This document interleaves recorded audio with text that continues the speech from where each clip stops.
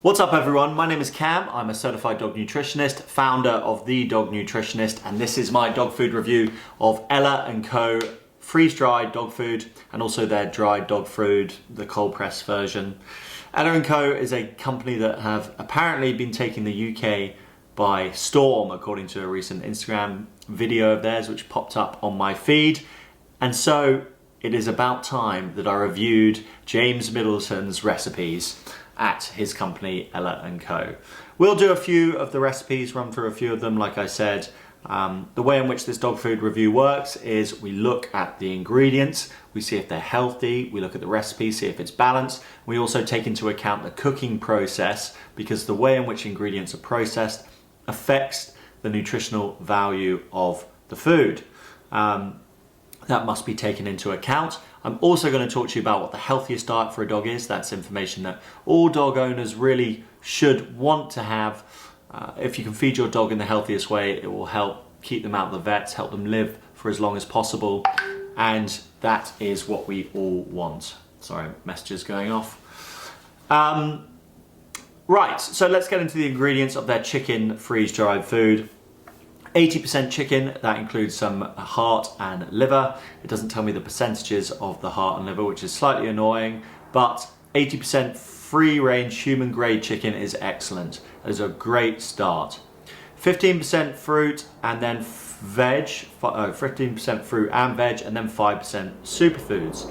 The veg and the fruit include squash, apples, carrots, peas, cranberries, and blackberries.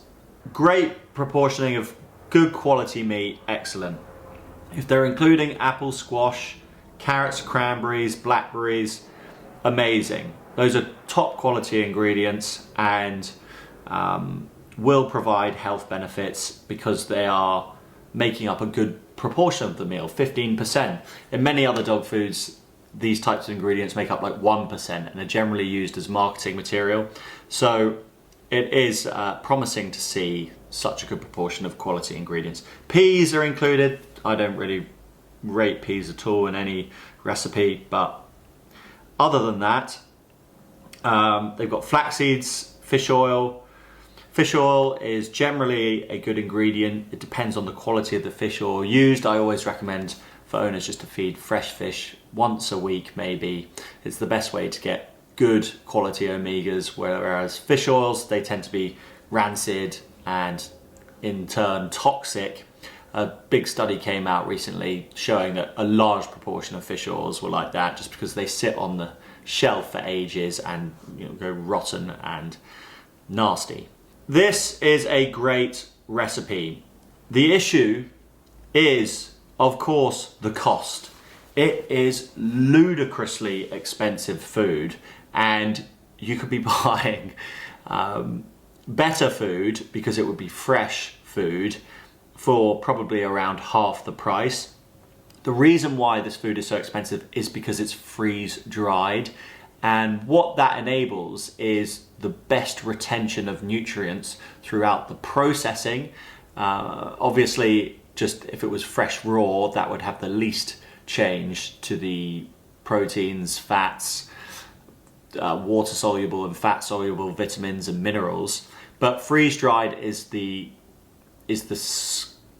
second best processing for preserving nutrients, and then it also means it can be stored for a long period of time, which makes this a very convenient food and also a pretty healthy food.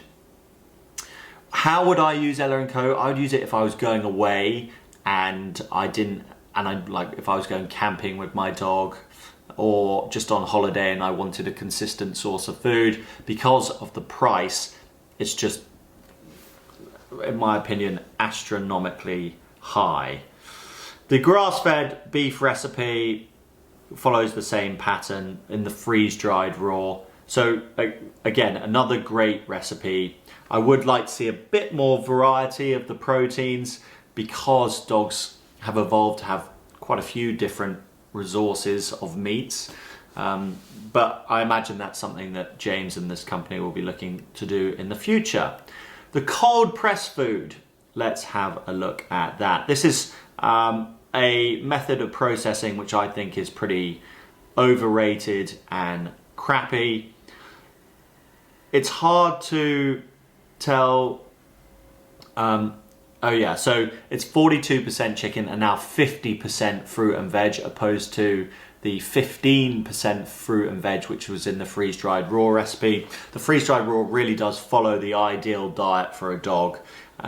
Bear in mind it could do with a bit more variation of proteins, but way better than the cold pressed. 50% fruit and veg is quite a lot. Oh, here we go. Nutritional information. Dried ground ocean fish, powdered fish, 49%. That's terrible. I thought it would be good fish, but it's not. It's dried fish, and that's just powdered fish, which is one of the worst sources of protein. Sweet potato, 32%, and then beet pulp, 5%. All right, so this cold press recipe is way worse than the freeze-dried. Cold press recipe I would not feed my dog, but unfortunately for you guys who are probably looking at his website thinking, how can I save a little bit of money? It's not a good recipe, not good protein source, too high in carbs. What you really need to know is what the healthiest diet for a dog is, and then how you can save a fortune by making it yourself comparatively to this food, which might interest you. So watch the rest of this video. I'm going to give you the simple and quickest version of how we know what the healthiest diet for a dog is. And without being condescending, to understand this part, you really need to understand what a dog is. And what a dog is how a wolf has evolved into the dog. It is the difference between the two that determines what a dog is. The wolf is the ancestor species of the dog. We domesticated the wolf, and the adaptations to the wolf, the changes that were made, determine what a dog is. From a biological standpoint, dogs have changed their ability to digest non-meats and sociability. Those are the two genetic differences between dogs and wolves. The two main, glaringly obvious genetic differences. The sociability part comes from us breeding the wolves that didn't shred our kids to pieces. The second part, the ability to digest non-meats, this is the most important part of what they should be eating, of course. Different dog breeds have developed different abilities to digest non-meats, and this is due to their exposure to non-meat diets, depending on the geography of where they came from. So the Saluki, for example, that was originated in the Middle East, they are an ancient dog breed, 9,000 years old, and they've had the most amount of time and exposure to non-meats, to more starch-rich diets, which means they have more of the AMY-B2 gene, a gene that allows for the pancreas to produce amylase to digest non-meats. What do wolves eat? A range of meats, raw bone or a calcium source, some grasses, and maybe some berries. We still need to follow that pattern of a range of fresh foods, maybe 3 different types of meats that they get rotated around the year. You can do more than that. You need some organ, because that's like the multivitamin. The meat being the protein, they get fat from, they get energy from the fat. And then you have the raw bone. Dogs have a higher calcium requirement than other animals because they've evolved from this lineage of bone-crunching carnivores. It wasn't just the wolf, their predecessor, that ate bones. It was literally like 4 species that came before the wolf. There's 50 million years of evidence of these bone-crunching carnivores, and you can still see that evidence in your dog's mouth. Quite literally, those razor-sharp molars are for crunching teeth. Other evidence that dogs should be chewing bones is that periodontal disease is one of the most common issues that face modern dogs, and that's because they're not chewing bones, they're not getting raw bones. Then you have the non-meats, and you can use the vegetables that your dog enjoys or the ones that provide health benefits. You can use fruits like berries, which have been shown to be anti-cancer, apple, just incorporate these non-meats into your dog's diet. In terms of carbohydrates, I don't recommend you go over the 20% mark. And try to use squash and sweet potato, which are easiest on your dog's digestion. That really is how you piece together an understanding of your dog's digestion. It is the difference between the wolf and the dog, and the differences aren't that big. Then you look at your own dog, you incorporate ingredients that work for them into that model, and that's how you keep your dog super, super healthy.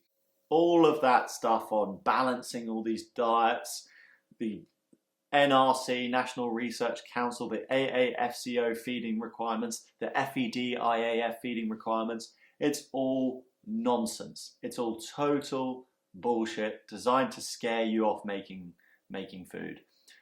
Look at any animal that exists. They just get a range of different things, but they stick to a general balance. If you want to understand how to do that, or if you need recipes, get the Ultimate Doggy Handbook. I don't know why I call it that.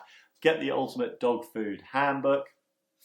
And also I've got a free dog nutrition course here on YouTube that you can watch to learn more. All right, so that's how we know what the healthiest diet for a dog is. How can you do that at a cost-effective rate?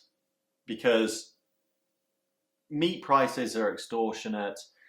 Dogs need lots of meat.